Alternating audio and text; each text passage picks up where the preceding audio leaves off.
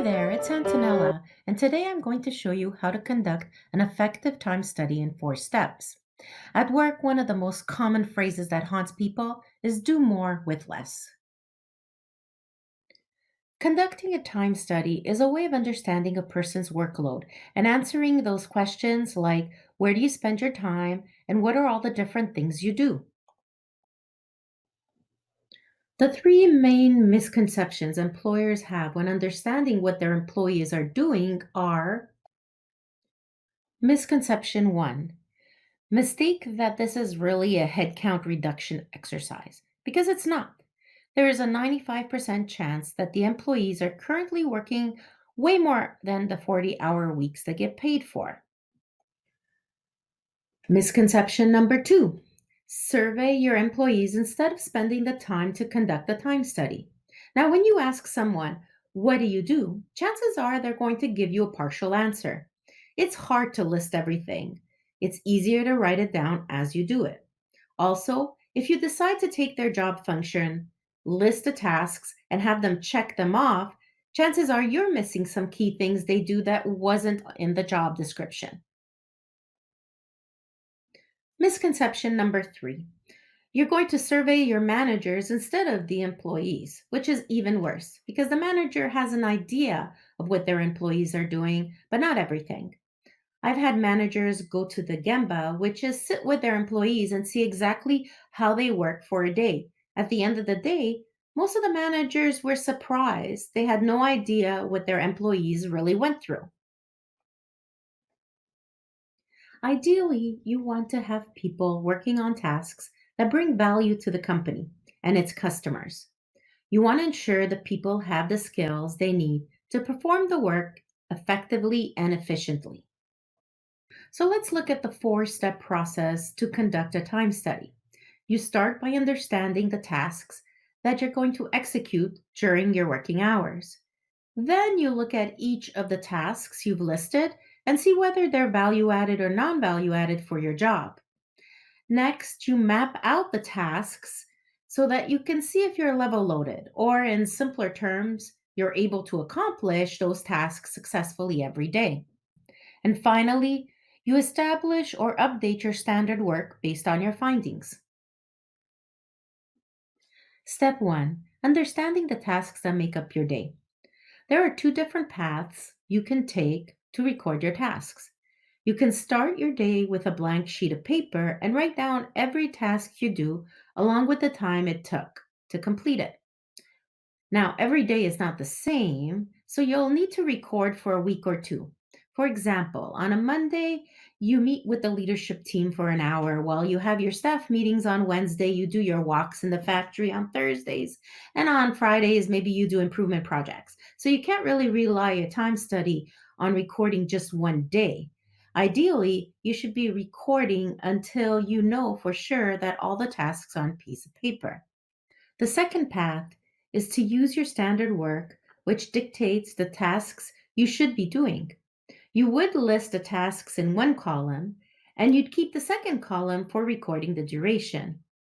Now, if by any chance you've got some new tasks that come up while you're recording, then you add them to the list.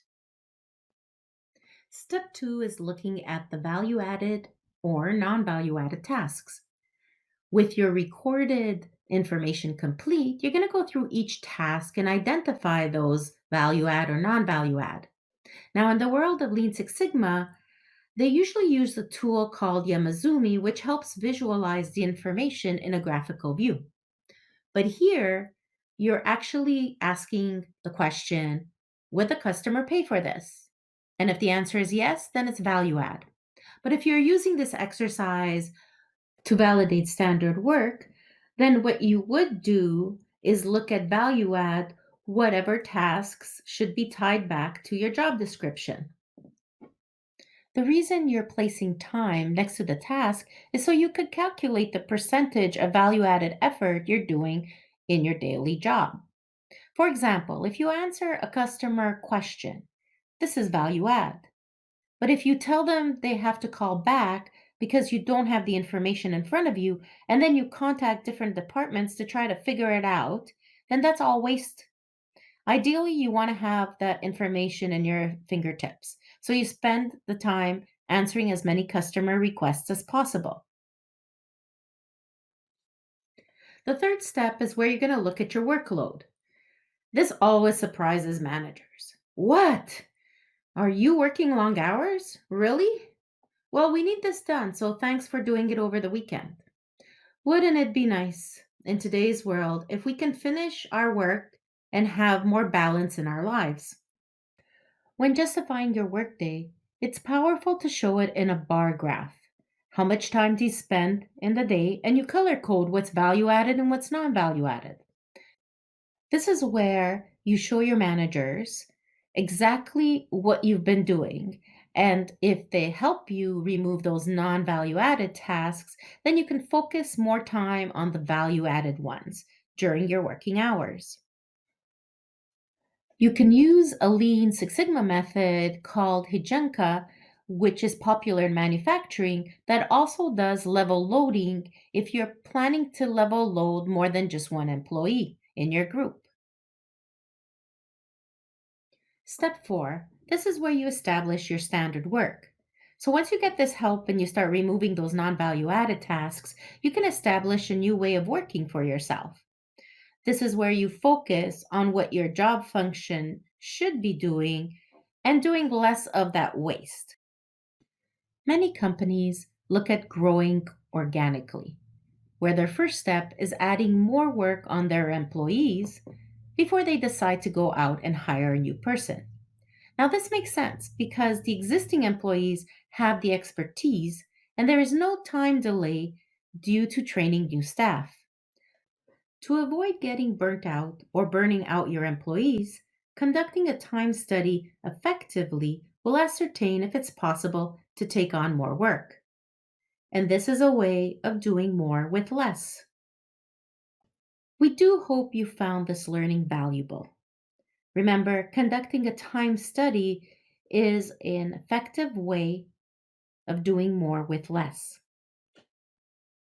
You can find more of our learnings by just going to our website.